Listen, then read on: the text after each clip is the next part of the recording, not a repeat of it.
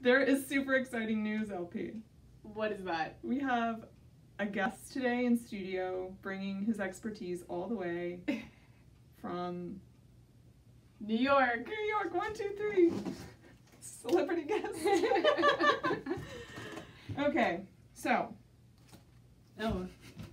Get your flag, LP. Here's my flag. So basically, you know, we want to encompass all perspectives, and so we thought we sure do. Always have to understand or take our word for it. Right. Let's go to another FPA and ask for his insights. So here we've recruited and flown down from New York University, KD, who is the FPA at NYU. Let's ask him some questions. It's super exciting. Hey, KD. Hello, LP and LP. I love your hat. Thank you. It's a great hat. Oh, do we have questions? I thought you had a question. Oh, I thought. Yes, we have questions. Okay, so this this edition, we're talking about research proposals. Okay. And so sometimes those can be, you know, an undertaking, right? Mm-hmm. Mm-hmm. There's a lot of different pieces that come together to manifest itself in that final product. And we've already given them some tips, you know, around research proposals. So in your perspective, what do you think is the common misconception when students jump into designing that research project? I think often, so at NYU I work predominantly with undergrads. So I think for undergrads, the biggest hurdle is figuring out how do you kind of bridge the space between the thing that you want to study and the work that you've already done. And I think a lot of students kind of naturally will do a literature review and kind of will look outward to see kind of what's out there. But I actually think the best thing you can do is to look inward and go, okay, what are the methods that I've already employed? What are, you know, how have I already, like if I were to look at my own CV, what's the story that's already being told there? And then maybe craft your research question towards your strengths. Yeah, because if you try to go too far afield from work that you've already done, there will be some big questions about feasibility and whether or not you've got kind of the preparation necessary to do that work. So, and correct me if I'm wrong, but you've done a Fulbright research grant. I in fact did a Fulbright research grant in the great country of Kyrgyzstan. I did not do one in Brazil, but go Brazil. I know. So as someone who's previously done a Fulbright research grant, what are things that you wish you had known as someone at this stage that you tell students to be thinking about? Yeah, so at this stage, so what is it, mid-May? Yeah, still pretty early in the process. Fine. I think it's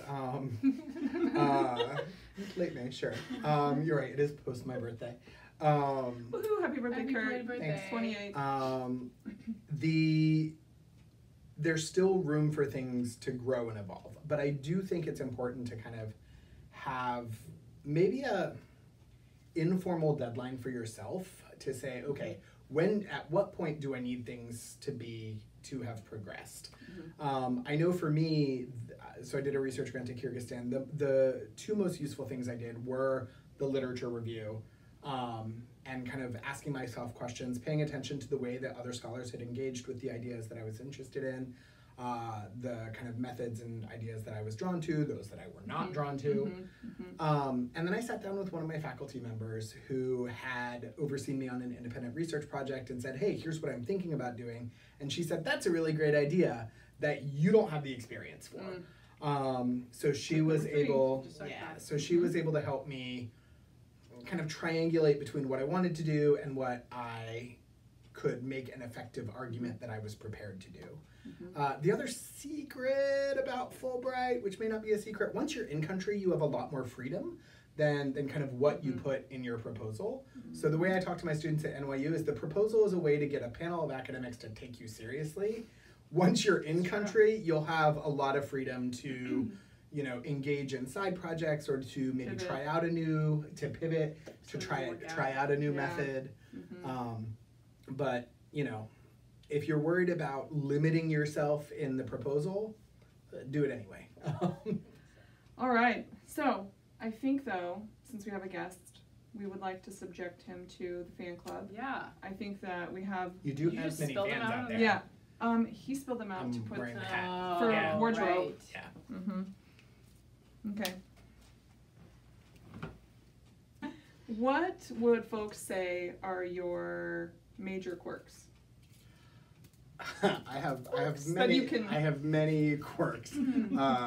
So I was actually asked.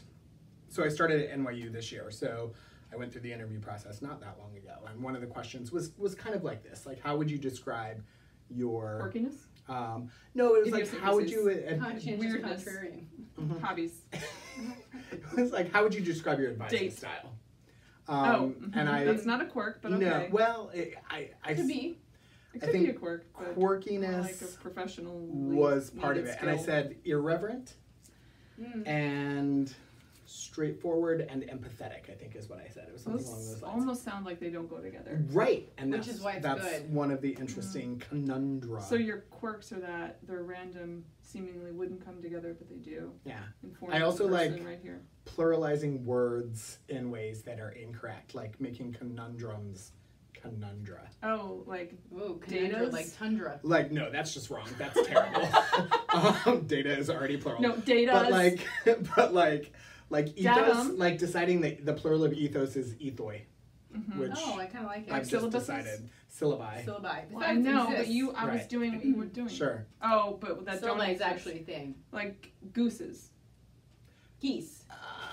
No, because there Not is for a things clearly already have a established. plural. If there is a clearly established plural, I like to keep I the just plural like to be as it wrong, is. so that's Yes, always fun. I know Because that. language is A social construct. a social construct, but it's also organic and fluid. And if a muff, Those muff people. We really can use language here. if enough people adopt the change, it becomes convention. Yeah. So maybe in the It's future true, you'll it's be like saying how- gooses Yeah. because I It's started true. it.